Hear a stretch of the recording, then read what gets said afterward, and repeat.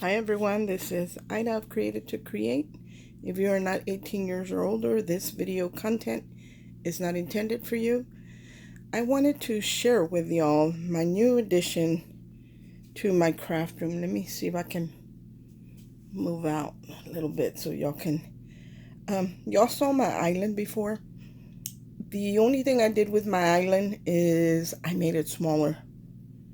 It was taking up too much of my room, or I felt that it was taking up too much of my room. So I made it smaller and I removed one of the cubbies and I added this piece instead, which is a Target one. Same company as the what my dream wall is made out of, and I'm really liking it. Y'all excuse my mess because my craft room is always a work in progress. Always, always, always. So I picked up some stuff over there and just put it in a bin. Things that I still need to organize and put away. A lot of them is garbage, empty boxes that need to go in the garbage. But I just kind of threw stuff in there and piled them up. But like I said, the only thing I changed was I made my my island more narrow, and I added this end piece, which is a 6 cubby unit. And I was able to it's shorter, so I want my counter to extend out a little bit. So that I'm gonna do at the end, because I want to be certain that that's what I want to do before I do it. I don't want to go out and spend money and then say, well, it doesn't look like I thought it would, or whatever. That's why I gave it a lot of thought before I added this piece here, because as you guys recall, I said that my mistake that I was making is I was buying too many little pieces and trying to piece them together for them to work, and they weren't working for me. So now I give it a lot of thought when I add a piece of furniture into my craft room. One of the issues I was having that, here's my dream wall right here. One of the issues that I was having was that my cutter, the green one over there, my scoreboard, and my Big Shot machine were always either my cutter and scoreboard leaning up against my dream wall, or my Big Shot on the floor, and I was having to reach for it every time I was using a die that I didn't want to run through my electronic cutter, because I only wanted to run it halfway through, or because I was using an embossing folder that I didn't really know the sandwich to put it in the electric cutter. So I was having to reach for it all the time, and I didn't want to keep doing that. I didn't want to see it on the floor either. So that's why I got this cubby. I had bought these units, this drawer unit from, I think it's called Best Organized. And I wasn't sure if I was going to like it. It ended up being just a little too narrow for this one, and I had to add another piece of wood or MDF, and I happened to have a piece that fit perfectly. It was not real thick, so it fit perfect. And what you do is you glue the sides to they're made for their own units, but I didn't want to get one of their units. I like these. So I had to add just a little thin, I think it's maybe 3/8 of an inch, if that, piece of wood there. So I like it. I didn't like the fact that it's like an off-white color or a translucent white. I would rather it be a solid white, but it still works. If I want, I can make the time, hopefully soon, and just spray paint them so they'll be solid white where you can't see through them, or pink if I decide to do pink. They were really pricey. That's one thing I am going to say.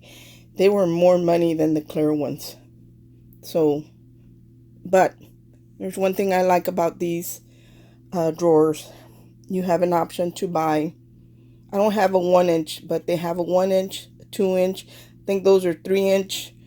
So you can buy different depths of the drawers, and depending on what you're putting in there, it gives you a lot of room or a lot of versatility as to what you can put away in there. So I'm just going to open one and share with you, like on this one. And they sell these trays to go in them.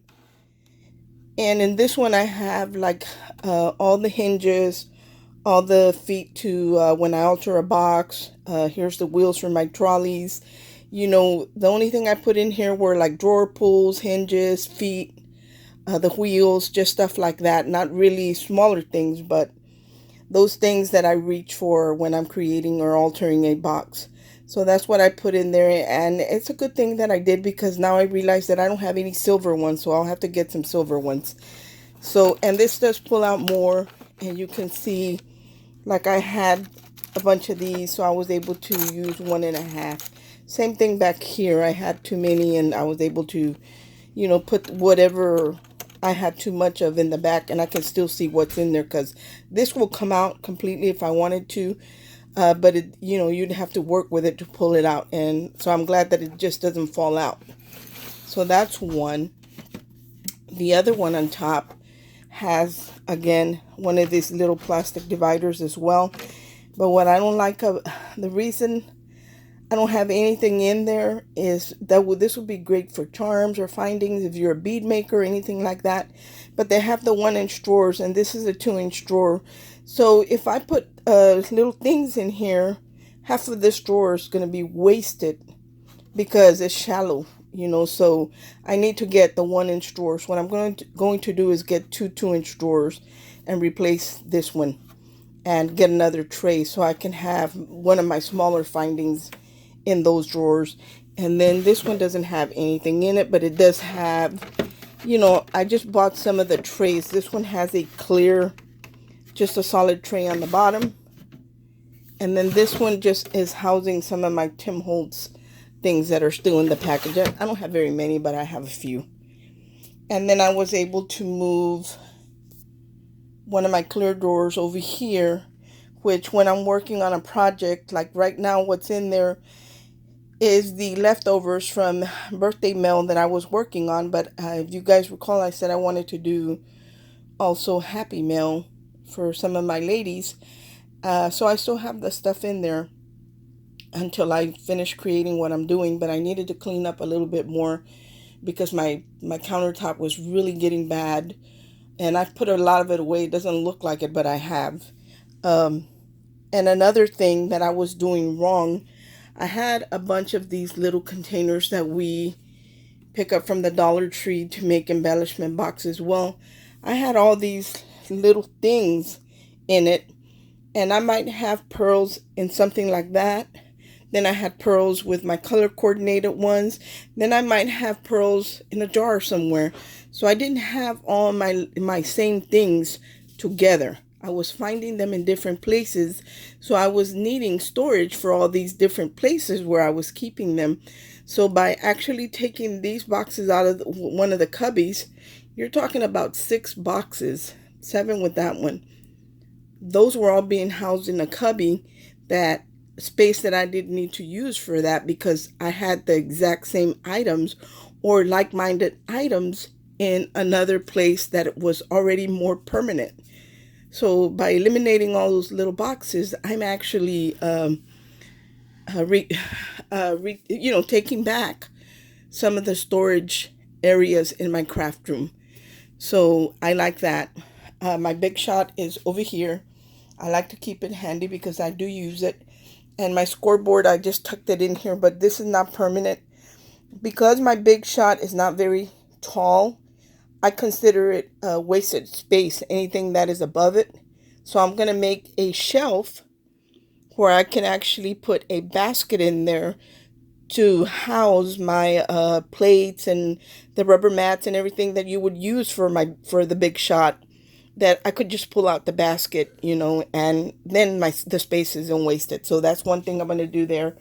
But I just wanted to share with you, I still have some empty spots down there that I haven't done anything with. And I moved out, these two were in my dream wall, and I moved them over here. So now I have some spots in my dream wall that really don't have anything. I just kind of shoved things in there to just get it up off the floor. But now I'll be able to display something else.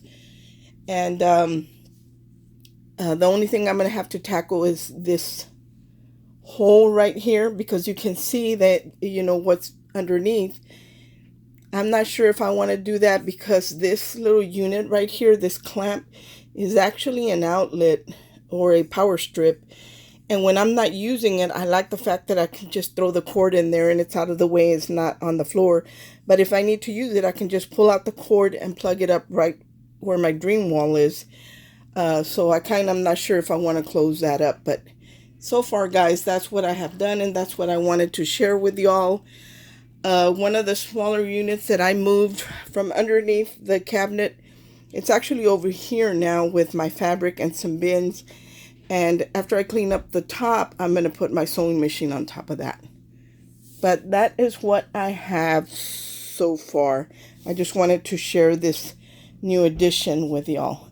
And hopefully this will give you or help you and give you ideas on how to store some of your things and make the most out of the space that you do have. Thanks for watching. I hope everyone's having a great day and God bless. Bye.